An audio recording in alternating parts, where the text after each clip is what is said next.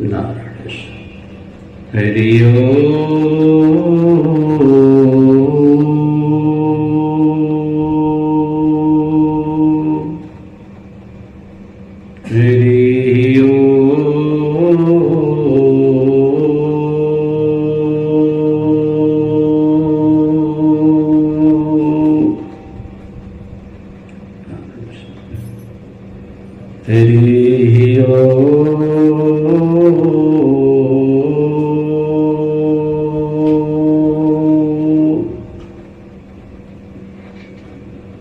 अखण्डमण्डलाकारं व्याप्तमेन चराचरं तत्पदं दर्शितं येन तस्मै श्रीगुरुवे नमः। ध्येयं सदा परिभवग्नं वेष्टितोऽहम् तीर्थास्पदं शिवविरञ्चिनुतं शरेण्यं भृत्याद्यं प्रणतपाल भवाब्धिपोतं वन्दे महापुरुषते चरणारविन्दम्। सीतानाथ समारम्भाम् श्रीरामानन्दारि मध्यमाम् अस्मदाचार्यपर्यन्ताम् वन्दे श्रीगुरुपरम्पराम्। गौराङ्गं रसमयं नित्यं रसाचार्यं रसोऽशुकं श्रीरामहर्षण देवाख्यं सद्गुरुं प्रणमाम्यहम्। सद्गुरुं प्रणमाम्यहम्। सद्गुरुं प्रणमाम्यहम्।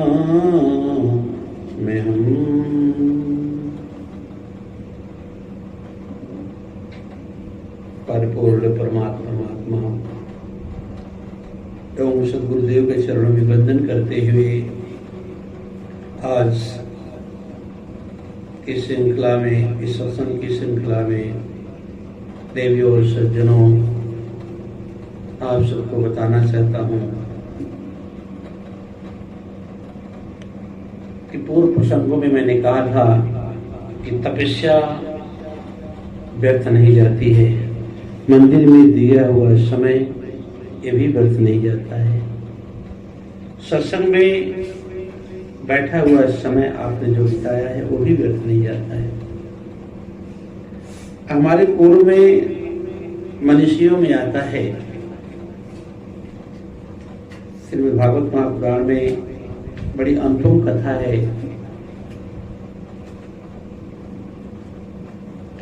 कि कर्दम ऋषि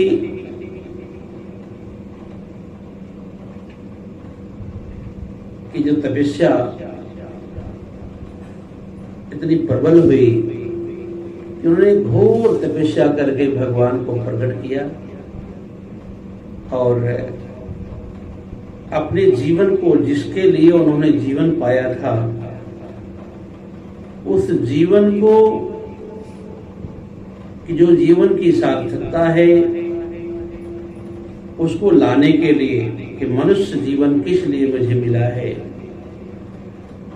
उस उत्तरदायित्व को निभाने के लिए उन्होंने घोर तपस्या किया। और तपस्या जब पूर्ण हुई तो परमात्मा का अवतरण हुआ और कर्दम ऋषि ने कहा कि भगवान का दर्शन करते हुए, अपनी अभिलाषा लिए हुए जब वो खड़े हुए तो भगवान ने कहा, कर्दम क्या चाहते हो? तो कर्दम ऋषि ने कहा कि अब मेरी तपस्या पूर्ण हो गई है,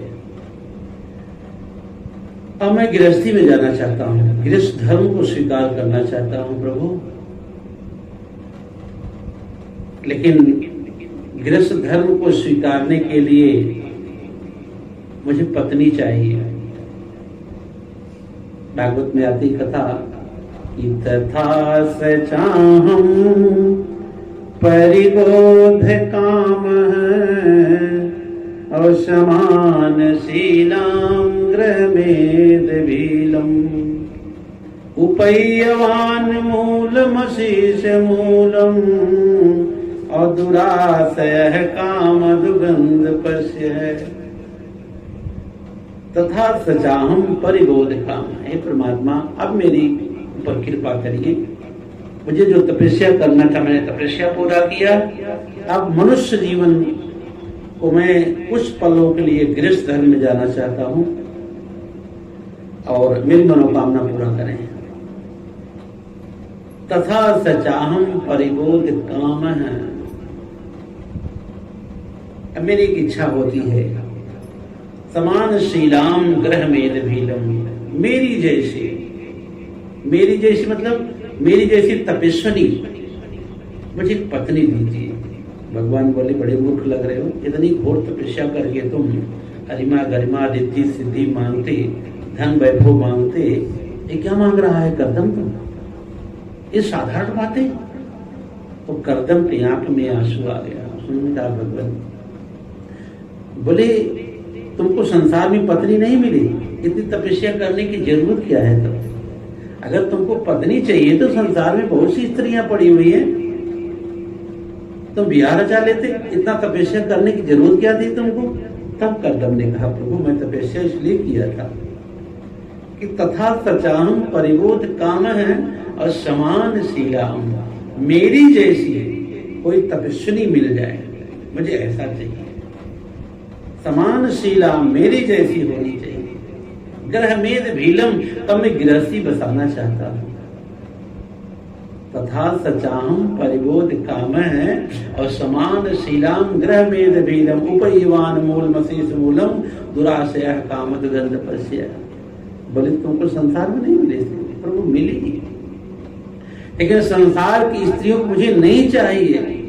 संसार की स्त्रियां अपने सांसारिक वातावरण में इतना उलझ गई हैं, उनके जीवन कोई तपस्या नहीं है, उनके जीवन परमात्मा के प्रति कोई अनुराग नहीं है। हमेशा वासना से उनका तन मन हमेशा ढका हुआ है। इसलिए प्रभु मुझे ऐसी पत्नी दीजिए जो आप जैसे भगवान को अपने घर में धारण करने की क्षमता रखती हो। अब सोचो, भगवान की कृपा ऐसी लगी कि करदम ऋषि भूल किए मांगने में, आप जैसे भगवान को,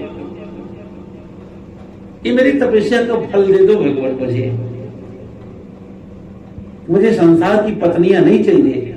संसार की पत्नियां अपने घर में शैतान धारण कर लेती हैं, अपने घर में हैवान धारण कर लेती हैं। परमात्मा मुझे ऐसी पत्नी दीजिए जो आप जैसे भगवान को अपने घर में धारण करने की क्षमता रखती हो। भगवान रोने लगे, करदम आज तक तो कोई मुझे बेटा नहीं बनाया, मुझे बेटा बनाना चाहते हो? बोले, भगवान मेरी कामना तथा सचाहम परिबोध काम है, मेरे अंदर एक कामना जगी है। तो भगवान की कृपा लगी। देखो तपस्या का फल देख लो कि अब तो भगवान को घर में धारण करने वाली कोई बहुत सच्ची अच्छी महिला होनी चाहिए ना। अब भगवान स्वयं अपनी माँ को ढूंढना शुरू कर दिए कि मैं किस माँ के घर में आऊं और वही इनसे इनका ब्याह कराऊं। देखो अब भगवान की जिम्मेदारी बन रही है। भजन करना, तपस्या करना, पूजा पाठ करने से यही मतलब होता है कि परमात्मा आपके अगल बगल इर्द गिर्द में उसकी शक्ति टहलने लगती है। ऐसा स्थिति बनाए तो उन्होंने करदम की बातों को रखा। अब भगवान को लगा कि अब मुझे अपनी पत्नी ढूंढना पड़ेगा। मैंने आपसे बताया कि प्रार्थना व्यर्थ नहीं जाती है। आप पूजा करते हो, परमात्मा की ऊर्जा, परमात्मा की शक्ति की एनर्जी, उनका शक्ति का वाइब्रेशन आपके अगल बगल कवच बन करके रहता है। अगर सच्ची अच्छी आराधना होगी तो देखो बकवास नहीं, सच की आराधना कर रही, परमात्मा की शक्ति एक कवच बन करके आपके अगल बगल रहेगी। तब अदृश्य कोई भी विसंगतियां, कोई भी वासना, जो सांसारिक कुरीतियां हैं वो आपको कभी चुभने नहीं देंगी। इसलिए भजन करना चाहिए। आज देखो करदम का जो सृष्टि प्रकरण है वो कैसे गृहस्थी में जाना चाहते हैं। पहले तपस्या हुई और तपस्या करके भगवान को प्रसन्न किया उन्होंने, तो वरदान मांगा, मुझे ऐसी गृहस्थी करनी चाहिए। अब क्या हुआ, भगवान ने कहा संसार में तुमको स्त्री नहीं मिली, मिली प्रभु बहुत मिली, लेकिन मुझे ऐसी चाहिए पत्नी जो आप जैसे भगवान को अपने गर्भ धारण की क्षमता रखे। अब भगवान स्वयं अपनी माँ को ढूंढना शुरू किया और जैसे समानशीला इन्हीं तरह कर्दम ऋषि की तरह देहोती नाम की कन्या भगवान ने प्रेरित किया कि आप मेरी माँ बनने वाली हैं, आप कर्दम ऋषि से आप विवाह करिए। प्रेरणा देखिए, क्योंकि कभी कभी मैं ऐसा देखा हूं कि पति पत्नी के जोड़ों को कि लगता जैसे भाई बहन है, अगर कोई परिचय नहीं बतावे तो ये जन्मों से जो संगति चली आई है वो मिलते हैं लोग किसी न किसी बहाने। यहाँ अगर हम लोग इकट्ठा हो गए तो ऐसे नहीं हुए हैं, जन्मों के खून के रिश्तों से बनी हुई शरीर होती है। लोग किसी न किसी बहाने यहाँ मिलते हैं अपने जीवन का आनंद। तो जो इच्छा करी हो मन माही, प्रभु प्रसाद कछ दुर्लभ नाही। जो इच्छा करी हो, आपके अंदर भावना आए, वो परमात्मा किसी न किसी रूप में आपसे मिलने जरूर आएगा। चाहे वो भाई बन के आवे, चाहे वो माई बन के आवे, चाहे दाई बन के आवे, चाहे पड़ोसी बन करके आवे, चाहे रिश्तेदार बन करके आवे, किसी न किसी रूप में आपकी मदद करने आएगा। ये साधना का फल है, ये तपस्या का फल है। आज बड़ी सरलता से कर्दम ऋषि भगवान से वार्ता कर ली। अब भगवान इतना विवश हो गए हैं कि स्वयं अपना पुत्र बनने के लिए अपनी माँ को स्वयं ढूंढ करके कर्दम ऋषि से मिला रहे हैं कि आप जो है आप कर्दम ऋषि से विवाह कर लीजिए, मैं आपके घर में आने वाला हूं, कौन बताएगा। तो इसलिए जो है कई जन्मों के इस शरीर पर वासना का एक धूल है, यहाँ मनुष्य झाड़ने आया हुआ है।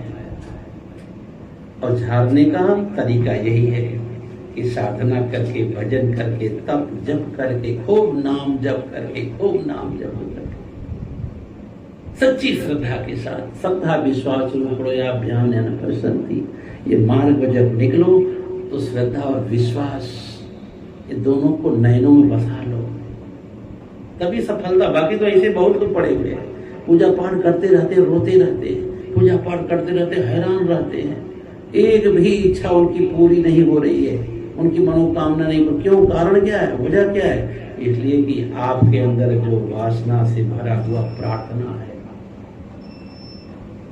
वासना से भरी हुई जो उपासना है, इसलिए सिद्ध नहीं हो रहा है। इसलिए देवियों और सज्जनों ध्यान दो। आज देवती पुनिताश कुमारी रही मुनि कर्दम कै प्रिय नारी। देवती के साथ कर्दम ऋषि का विवाह हुआ। कहते हैं कुछ समय व्यतीत हुआ उनके जीवन का, और जिसके दोनों के संयोग से समय ऐसा आया कि 9 पुत्रियों का जन्म हुआ है। जरा गृहस्थी देखो, इसको गृहस्थ आश्रम कहते हैं। बहुत खराब नहीं गृहस्थी आश्रम बसाना, बस खाली उसका नियम पता चल जाए बस। दुःशीलम मात्र दोषेण पुत्र दोषेण मूर्खता और कार्य पण्यं वंश दोषेण आत्मदोषो दरिद्रता।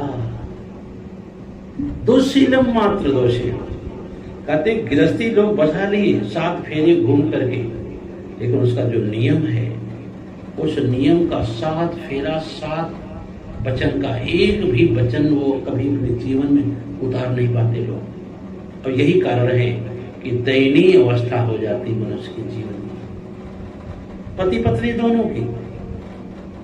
क्योंकि जो रास्ता चुने उस रास्ते को अच्छी तरह से देखे नहीं और चुनाव कर लिए। जैसे आपको जाना हुआ, मान लो साहबगंज जाना हुआ, आजमगढ़ जाना हुआ, जौनपुर जाना हुआ, ऐसी जगह कहीं जा रहे हो आप और पता लगा कि ये अपने गांव जा रहे हो और जाते जाते ऐसा हुआ कि आप 2-4 किलोमीटर ऐसे आगे निकल गए, गांव पीछे छूट गया और कोई बताया नहीं भाई आपका गांव तो इधर है, आप वहां कहाँ जा रहे हो। जरा सोचो कितना पश्चाताप होगा ना कि क्या बताऊं, समय इतना नुकसान हुआ, इतने दूर तक मैं चल करके गया, कितनी भूल लगेगी ना। वही हाल जीवन का है देवी सज्जनों, ऐसे भूल लोग कर करके अब पश्चाताप करते रहते हैं। जीवन की सार्थकता कहाँ है?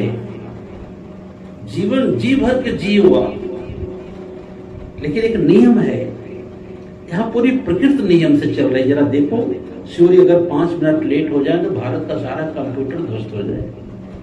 कितने नियम से सूर्य है, चंद्रमा कितने नियम से है, पृथ्वी पर अन्न कितने नियम से आ रहा है, ये फल वगैरह जो लग रहे हैं वृक्षों पर कितने नियम से आते हैं। और आपका नियम क्या है? ना तो खाने का नियम है, ना तो सोने का नियम है, न तो पूजा का कोई नियम है, न कोई व्रत उपवास आपका सार्थक हो रहा, सफल हो रहा। क्या कारण है? वजह क्या है? वजह ये है कि आप मनमती हो, आप शास्त्रमती नहीं हो, आप संतमती नहीं हो, आप गुरुमती नहीं हो, आप मनमती होकर के चलना चाहते हो।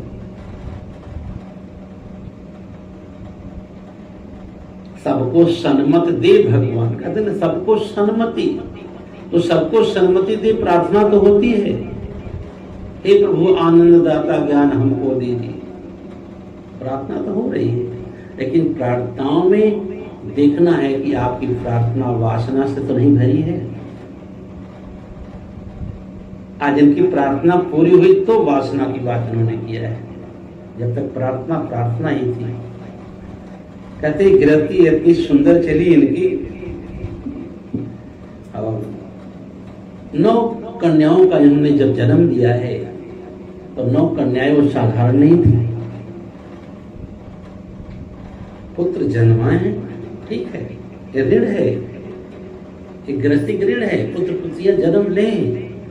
लेकिन जो मैंने बताया कि दुस्शीलम मात्र दोषेण पुत्र दोषेण मूर्खता कार्य पड़ेंगे वंश दोषेण आत्मदोष को दरिद्रता। दुस्शीलम मात्र दोषेण, बेटा या बेटी अगर ज्ञान से परिपक्व नहीं हुई, अच्छी शिक्षा से परिपक्व नहीं हुई, कहते मात्र दोषेण, माँ के दोष का फल है। माँ की संगति अच्छी नहीं होगी, माँ की साधना अच्छी नहीं होगी, माँ का स्वभाव अच्छा नहीं बन पा रहा होगा। पुत्र दोषेण मूर्खता, कहते हैं अगर बेटा बेटी मूर्ख निकलते हैं, कहते हैं ये पिता के कुकर्मों का फल होगा। कार पड़ेंग वंश दोषेण, कहते अगर कंजूस है तो कहते कार्य पड़ेंग वंश दोष, उसके वंश का दोष होगा। और आत्म दोषो दरिद्रता, अगर वो खुद दरिद्र है, आत्म दोष हो मतलब उसका खुद दोष है, निजी दोष, उसकी संगति अच्छी नहीं होगी, उसका स्वभाव अच्छा नहीं होगा, उसके अच्छे कर्म नहीं होंगे। अर्थ चेतीश्वर कचित रूपन कर्मणाम कर्तारम भजते सब कर्तु प्रविशय, कहते हैं जो जीव जैसा कर्म करता है उसी प्रकार से परमात्मा उसको फल देने के लिए तैयार है। तो जरूरी हुआ ना, मैं तो कई बार सत्संग में कहा हूं इस बात को कि बेटा या बेटी अगर योग्य हो जाए तो आप चाहे कितना भी गरीब हो, आपसे जैसा धनी कोई नहीं हो सकता। अगर आपके बेटा बेटी योग्य हो जाएं तो आपसे बड़ा धनवान कोई हो ही नहीं सकता है। और आप चाहे जितने धनवान हो, अगर आपके बेटा बेटी योग्य नहीं निकले तो आपसे बड़ा दरिद्र निर्धन कोई हो ही नहीं सकता है। अपने बेटा बेटियों को चोरों की तरह देखना चाहिए, चोर की तरह। अभी को हमारा मेरा बेटे बेटी चोर है क्या? नहीं, चोर नहीं है। अगर उनको इस दृष्टि से देख लिया गया तो एक न एक दिन वो साहूकार बन ही जाएगा। और जो अभी शुरुआत से ही साहूकार अपना बेटा बेटी बना दिए ना, तो भविष्य में चोर बन जाएंगे। शुरुआती जीवन का जो उनकी शैली है, उन पर निगाहें ऐसी पड़नी चाहिए जैसे चोर पर पड़ती है, तब जीवन अच्छा सच्चा होगा। जब एक रोटी नहीं पक सकती दोनों तरफ पलटने तक तावे पर, जीवन कैसे पकेगा? देवियों और सज्जनों, जीवन की सार्थकता यही पर है, गृहस्थ धर्म यही है। 9 कन्याओं को उन्होंने जन्म दिया और 9 कन्याएं साधारण नहीं थी। श्रवणम कीर्तनम विष्णो स्मरणम पद सेवनम अर्चनम बंदनम दास्यम सक्षम आत्मनिवेदनम। ये 9 प्रकार की जो कन्याओं को उन्होंने जन्म दिया है, ये कन्याएं साधारण नहीं थी, 9 भक्ति की तरह आई जीवन में। तपस्या से आ रही है ना। अब तो जैसे तैसे लोग पैदा करके छोड़ दे रहे हैं, जैसे जानवर पक्षी की तरह। जानवर पक्षी भी बल्कि बहुत लायक दिख रहे हैं कि वो पैदा करके अपने बच्चों को, जैसे वो लोग चलना शुरू किए ना, उनको उड़ा देते हैं, फिर अपना अलग उड़े, बच्चे अलग उड़े। और यहाँ तो मरते समय तक भी उनको बुढ़ापे में फुर्सत नहीं है अपना बेटा बेटियों को देखते। इतना ताक झांक लगाते, बुढ़ापे में उनको फुर्सत नहीं है। तब पक्षियां जानवर भी बल्कि तो अच्छे हैं, उनको कोई ममता नहीं है। जब उनके बच्चे कुछ बड़े हुए, चढ़े हुए ना, उनकी सारी ममता अपने बटोर लेते हैं। पक्षियां जानवर अपने ढंग से खाते पीते रहते हैं, और मनुष्य पूरा जीवन थक जाता है अपने बेटा बेटियों को पालने में, और तभी अच्छा रिस्पॉन्स नहीं आता है। कर्दम ने तपस्यावश, उस तपस्या के प्रभाव से अपने यहाँ 9 कन्याओं का जन्म दिया है। वो कन्याएं साधारण नहीं, 9 भक्ति आई। कहते जिसके जीवन में, जिसके घर में 9 भक्ति आ जाए, उनके यहाँ भगवान तो आएगा ना, जरूर आएगा भगवान उनके यहाँ। आज करदम के यहाँ पहले 9 कन्याएं आई हैं, उसके बाद तब भगवान का अवतरण हो रहा है। ये जीवन होना चाहिए, ऐसा जीवन हो। घर को इतना सुंदर पवित्र बनाओ कि घर में जब प्रवेश करो तो जैसे जूता चप्पल उतारा जाता है ना, उसी प्रकार से अपना आवरण, जो अहंकार है माता पिता बनने का, जो क्रोध है, जो आवेश है, जो मालिकाना अंदर से अहंकार से भरा हुआ है, उसको जूता चप्पल की तरह घर के बाहर उतार देना चाहिए। तब घर में प्रवेश करो बड़ी निर्मलता के साथ, बड़ी सहजता के साथ। जो सहज होगा ना, वही परमात्मा दर्शन कर पाएगा। यहाँ सहज होने की बात है। निरंकारी व्यक्तित्व, घर ही में मंदिर बनैबे, तीर्थ जब घूम ना जइबे।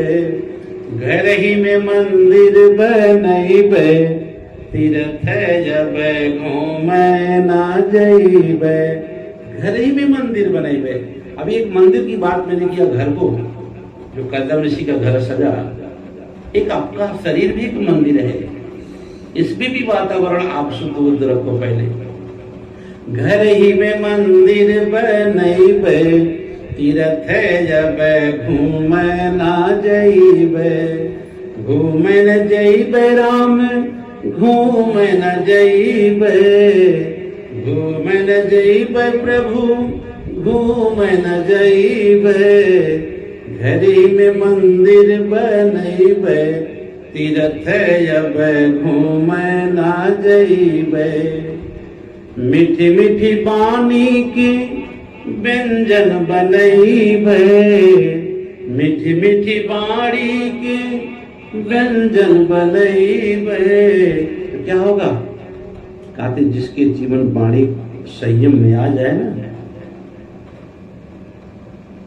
ये वाणी आपको सरल मत समझना, जैसे आकाश वाणी है, जैसे ब्रह्म वाणी है, जैसे वेद शास्त्रों की वाणी है, जैसे गुरु वाणी है, उसी प्रकार से आपकी स्वयं वाणी भी इतनी प्रखर हो जाएगी ना कि आप जो कहे ना वो 90% सत्य होने लगेगा।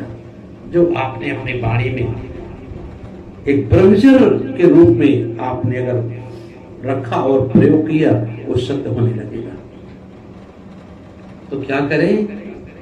मीठी मीठी पानी की व्यंजन बनैबे। तुलसीदास जी लिखे हैं, बहुत सुंदर बातें हैं। ऐसी वाणी बोलिए मन का आपा खोए, औरन को शीतल करे आपो शीतल हुए। कौन कहा? कबीर साहब ने कहा है। तुलसी मीठे वचन से सुख उपजत चहुओर, वशीकरण एक मंत्र है तेजिए वचन कठोर। मीठी मीठी पानी की व्यंजन बनैबे, मीठी मीठी पानी की व्यंजन बनैबे। संतन के दे दे घूमैबे, तीर्थ जब घूमै ना जैबे। घर ही में मंदिर बनैबे, तीर्थ जब घूमै ना जैबे। अब करदम ऋषि की बात सत्य हो रही, देखो उनके वाणी का ब्रह्मचर्य देखो। पारे ब्रह्म का बेटा बनैबे, पारे ब्रह्म का बेटा बनैबे। गोदी माल ले खेलैबे, तीर्थ जब घूमै ना जैबे। घर ही में मंदिर बनैबे, तीर्थ जब घूमै ना जैबे। पार ब्रह्म का बेटा बनेगा। आज पार ब्रह्म को करदम ऋषि की तपस्या, उनकी वाणी का संयम भगवान को बेटा बना लिया। नवधा भक्ति के बाद, 9 कन्याओं के बाद करदम के यहाँ कहते हैं भगवान का अवतरण होता है। कर्दमं बिल्मापन्नो जग्गे निर्विदारो, तस्यां बहुतिथि काले भगवान मधुसूदनः। कार्दमं बिल्मापन्नो जग्गे निर्विदारुणे। कहते तस्यां बहुतिथि काले भगवान मधुसूदनः। कहते बहुत समय व्यतीत होने के बाद, 9 कन्याओं के जन्म के बाद भगवान का अवतरण होता करदम के यहाँ। कहते हैं कपिल के जन्म लेते ही करदम ऋषि अपनी पत्नी को कहते हैं कि अब मेरा समय आ गया है विवेक तपसी बनम, तपस्या करने के लिए। पत्नी ने कहा गृहस्थ धर्म का कर्तव्य बनता है अपनी कन्याओं का विवाह करिए। हे ऋषिवर, तब आप तपस्या करिए। देखो कोई ममता नहीं है, कितने कितने भाव से बातें हो रही है, कितना त्याग है इनकी बातों में। आवाज वासना से हमेशा सनी हुई बातें होती है।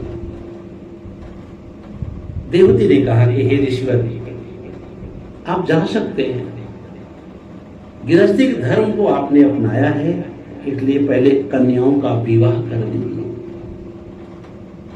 अपनी गृहस्थी को पूरा कर लीजिए। कहते हैं कर्दम ऋषि रुक करके 9 कन्याओं का विवाह अच्छे अच्छे ऋषियों से किए, अच्छे अच्छे ऋषियों से किए। और हर माता पिता का कर्तव्य बनता है, देखो अपने बेटे बेटियों को सुयोग बनाने के लिए पहले उनको साधना में रखो। जब सनक सनंदन सनातन सनत कुमार ये ब्रह्मा के पुत्र थे, हृदय से निकले हुए थे, इनकी जब ख्याति बढ़ी, इनका चारों तरफ यश होने लगा, गुणगान होने लगा, तब ब्रह्मा के 3 कन्याएं थी, नैना सुनैना और सुतकीर्ति। ये लोग व्याकुल होने लगे कि मेरे भाइयों का इतना सम्मान है, पूरी दुनिया इनकी चर्चा कर रही है, इनकी प्रार्थना करती है, हम लोग यहीं से जन्मे हुए, हम लोग कोई नाम नहीं है, हम लोग भी जाएंगे बाहर घूमने के लिए, भ्रमण करने के लिए। ब्रह्मा जी ने कहा नहीं, आप लोग भ्रमण नहीं करना, अभी आप लोग तपस्या करना है, पहले तपस्या करो। बोले तपस्या तो करेंगे, क्योंकि हम लोग चाहते हैं हमारे भाइयों से भी ज्यादा हम लोग नाम हो जाए। कर्दम जो सनक सनंदन सनत कुमार की तपस्या का जो रंग चढ़ा था, इन देवियों ने कहा कि हम लोग भी हमारे भाइयों से ज्यादा सम्मान मिल जाए। कभी कभी देखने में आता है प्रतिस्पर्धा है। तब ब्रह्मा ने कहा कि तपस्या करो। उन्होंने तपस्या किया है, तब उनका नाम बढ़ रहा है। कहते हैं ये तीनों देवियां खूब तपस्या की है। कर्दम जो ये ब्रह्मा जी ने आशीर्वाद दिया तीनों देवियों को कि आपकी तपस्या व्यर्थ नहीं जाएगी, ठीक है आप तपस्या करो, मैं आपका वर्ण करता हूं और आपके संजोग से बहुत अच्छा नाम वाली कन्याएं पाओगे तुम लोग। कहते वही ब्रह्मा जी के द्वारा नैना की शादी हिमांचल से हुई, पार्वती पैदा हुई। सुनैना की शादी जनक जी से हुई तो सीता जी प्रकट हुई, और सुतकीर्त की शादी कहते वृषभान से हुई तो राधा जी प्रकट हुई। देखो जरा लीला, पहले कितना नाम हुआ इन लोगों का, माँ का भी नाम हुआ उन्हीं बेटियों से, ठीक है, कितनी सुंदर गृहस्थी चली। इसलिए साधना करो, पहले साधना करो। ये साधन इसीलिए मिला है, साधन धाम मोक्ष कर द्वारा पाए निजी पर लोक समारा। साधना करो, देखो हमारी साधन की सारी व्यवस्थाएं परमात्मा पूरा करेगा। तस्याम बहुत तिथि काले भगवान मधुसूदना, बहुत समय व्यतीत होने के बाद तब जा कपिल का अवतार हुआ। और जैसे उन्होंने कहा, जैसे माँ का संकेत हुआ, कन्याओं का विवाह करने के बाद तब कपिल का जब जोग जगा है तो कर्दम ऋषि कहते हैं अपने पत्नी की आंखों के आंसुओं को प्रणाम करते हुए कर्दम ऋषि तपस्या करने चले गए। क्या करने? तपस्या करने। अपनी पत्नी को अपने बेटे को सौंप दिए, कपिल को सौंप करके और निकल गए। बातें बड़ी सुंदर है, बड़ी सुहानी है। आप सब चाहता हूं कि मैं यहीं पर कथा विराम दूंगा, कल फिर आपको इसी समय मिलेंगे।